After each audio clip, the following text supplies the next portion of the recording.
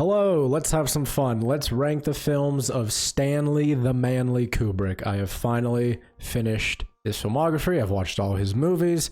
I feel prepared and knowledgeable to give you the correct rankings of Stanley Kubrick's 12, 1, 2, 3, 4, 5, 6, 7, 8, 9, 10, 11, 12, 13, 12, 13 movies. Here we go. I'm looking at my letterbox list for reference, make sure I don't mess any of these up. We're going to go in chronological order. First up, we have Fear and Desire. Not great by any stretch of the imagination. You can kind of see what is coming from him. The war themes of his movies in terms of humanity and, what is war and, why we do it. It's not bad by any means, but it's very much not good. It's some bad acting. It's made on a shoestring budget. I hold no grudges against it. Clearly there was something there. So nice try, Stan. Killer's Kiss, definitely more of a blooming sense of kind of what Kubrick wants to do behind the camera. It's a C because it's still not my favorite, really. It's not that engaging in my opinion.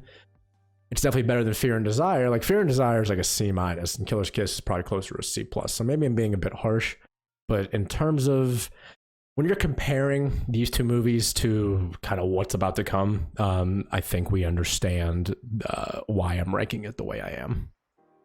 Up next, we have The Killing, a great title, but a bad name for this movie. This movie is not about killing. There's some murder in it, spoiler alert, but it's about a heist, really, and pulling this off in 1956. With the narration and the time jumps back and forth, it's pretty modern in terms of its storytelling path. Kubrick gets a lot of things right here, and I think the acting. This is the first movie where his acting is really helping him out. There's actually good acting in this movie for sure. Up next, we have 1957's Paths of Glory, also in the A tier. Kirk Douglas pretty much saw The Killing and thought, hey, this guy should direct Paths of Glory, and that's what happened, and it made a really good movie. One of the better war movies that you'll see, I think, considering, again, 1957, this was over 70 years ago that this movie got made. And some of the sequences, mainly that, what I'm talking about if you've seen this movie, that one war sequence during the trench run in World War I was incredible for 1957. There's not too many movies like it, especially in that time period. Up next, we have Spartacus. Again, Kirk Douglas said, hey, let's make Spartacus together. And you know what? They made a pretty good movie. They made a good movie. It's 3 hours long. It's an action epic. Performances all around the board are great. I don't have too many complaints, except this movie's just long, man. It's 3 hours long, and it's kind of a bummer sometimes. And it really kind of just sucks the life out of you, in my opinion. There's a lot of standing around and talking, which is fine, but it's not all that engaging at times, but overall, it's good. I feel like I'm sounding much more negative than I am. It's a good movie. It's just long, and again, we're kind of entering masterpiece territory almost. So, it is what it is. Up next is Lolita, also a B movie. It's good. It's obviously some questions to be had about the story in general. This was a very popular book that Kubrick, I'm pretty sure in interviews, in the past he said he kind of regrets making this movie. But man, the performances are knockout.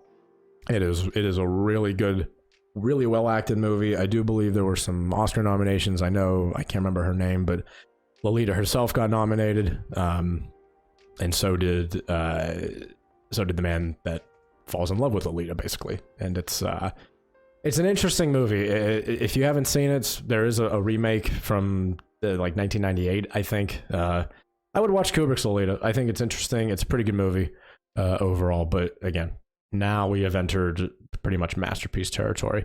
Doctor Strangelove, or How I Learned to Stop Worrying, and put this in S tier. It's an all-timer. It's arguably his best movie. I think a lot of people would put, Shining or Clockwork or 2001 or Eyes Wide Shut before it, which is a lot of movies when you think about it. But Strangelove for me is just, it's my sense of humor is the kind of the reason that I love it so much.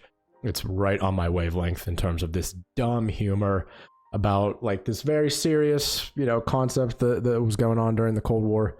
It's an absolutely hilarious movie. I remember seeing this in high school you know, your teacher throws on a movie from the 60s that they say, oh, this is a comedy movie, enjoy it, and it's in black and white and it's from the 60s, and there's just weird things going on. And even in high school, as a high school student that, you know, didn't care about it, I was like, this thing is hilarious and I love it.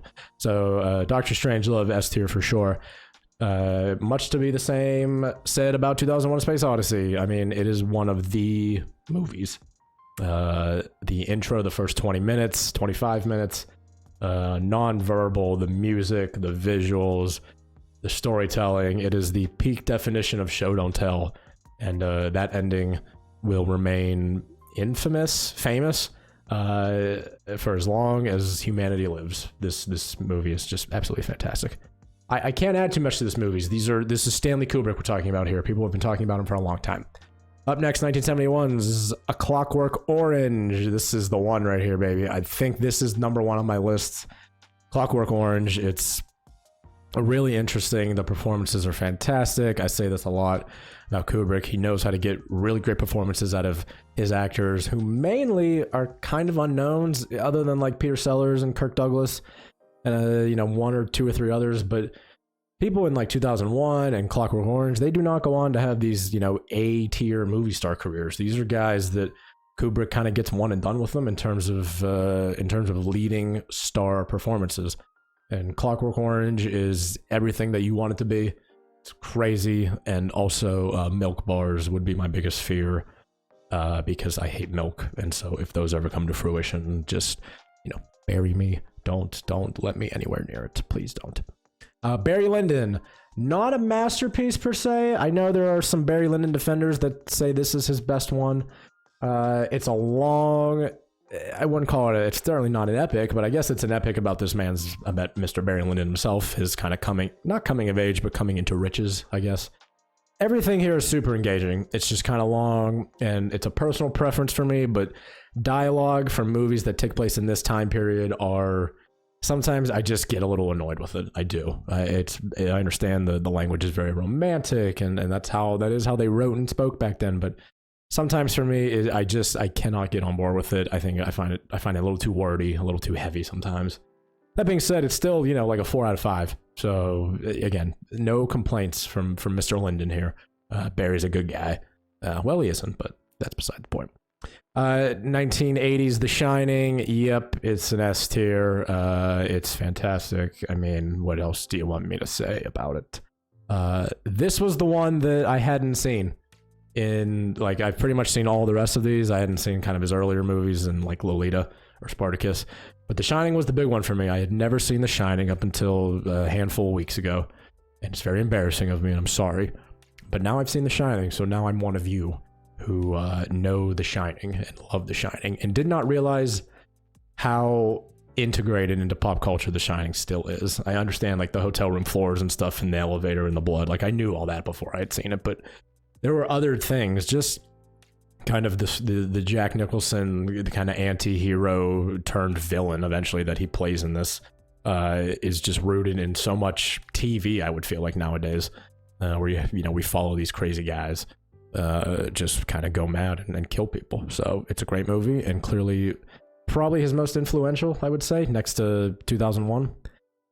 Up next, 87, Full Metal Jacket. It's an S tier. I just rewatched this last night as of recording this, and man, I know a lot of people, you know, compare the first half of the movie and the second half of the movie, but in my opinion, both are phenomenal. That the boot camp stuff, I absolutely love. I think it's a fascinating study on just like what people, you know, I know it's a parody a little bit and a bit of an exaggeration, but that stuff just fascinates me. And the second part is obviously, for me, just as compelling.